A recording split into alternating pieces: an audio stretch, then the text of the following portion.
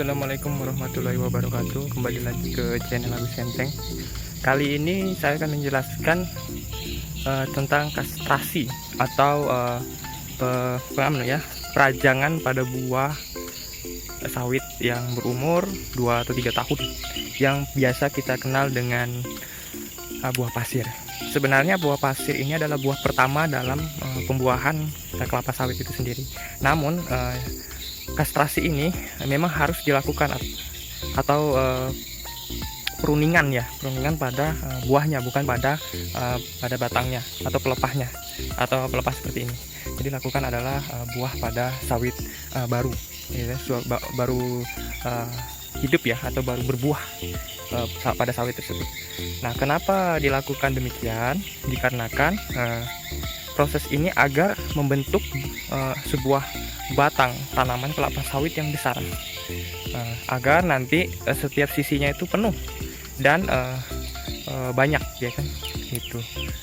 Dan jika dia semakin besar nantinya pohon misalnya tanaman kelapa sawit ini, maka dia akan semakin mengecil lingkaran pada sawit itu tersendiri. Oleh sebab itu, jikalau sudah dari kecil atau dari umur 3 tahunan atau 2-3 tahunan sudah kita ambil buahnya, kita biarkan buahnya, dia akan lari ke buah, yang menyebabkan tidak ada lari ke batang sawit tersebut. Akhirnya batang sawit tersebut kecil, dan semakin ke atas dia semakin mengecil. Akhirnya kita kekurangan buah pada kelapa sawit, tanaman kelapa sawit.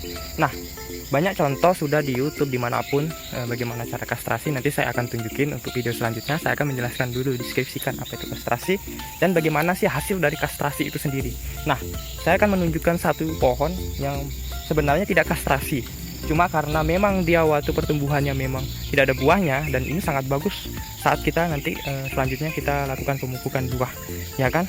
Nah, sangat bagus sekali, jenis yang mempunyai umurnya ya kurang lebih yang saya akan jelaskan kurang lebih 3 tahunan lebih ya, atau hampir 4 tahun. Ini dia mempunyai batang diameter yang sangat besar. Kita bisa lihat memang tidak ada buahnya, karena ini sebenarnya kastrasi yang secara alami tidak ada buahnya.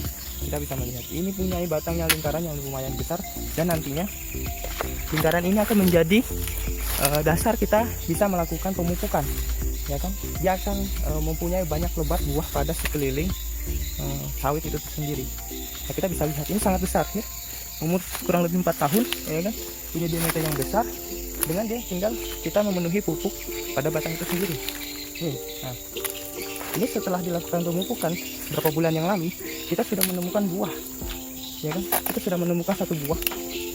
Nah, satu buah yang ini setelah dipupuk. Nah, setelah dipupuk kita menemukan satu buah sawit.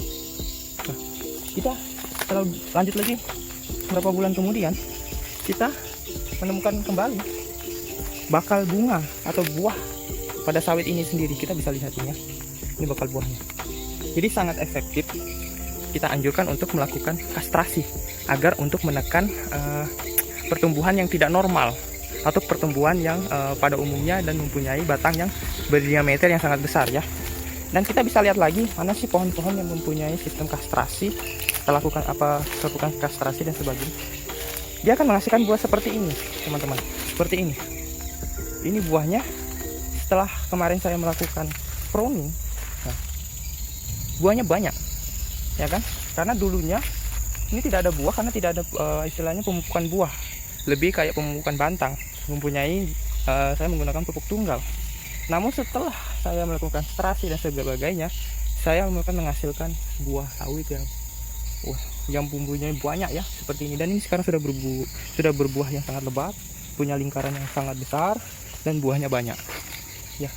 Dan setelah saya lakukan juga ini peruningan kembali pada pelepah, langsung banyak buah dan bakal bunga gitu.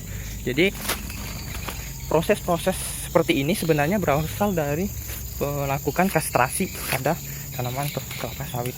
Tujuannya tidak lain adalah untuk memaksimalkan pertumbuhan di awal agar mendapatkan hasil buah yang banyak, ya kan, begitu.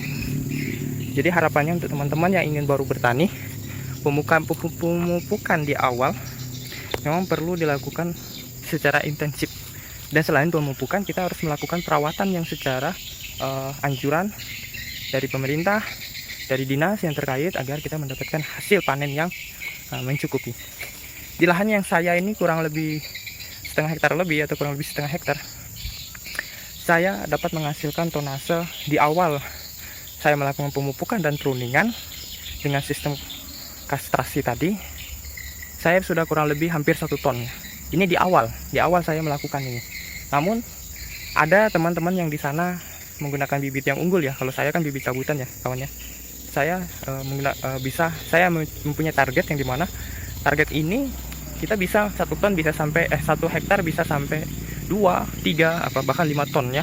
Asal kita menggunakan bibit varietas yang unggul dan pemupukan yang kuat. Begitu. Jadi begitulah sekian dari saya bagaimana melakukan kastrasi. Hasil dari kastrasi kita bisa lihat sendiri, sangat luar biasa efeknya ya. Mungkin sekian dari channel saya untuk menjelaskan di channel Agus Senteng. Semoga bermanfaat. Jika berkenan dapat dibagikan, di like, jangan lupa subscribe ya untuk teman-teman. Assalamualaikum warahmatullahi wabarakatuh.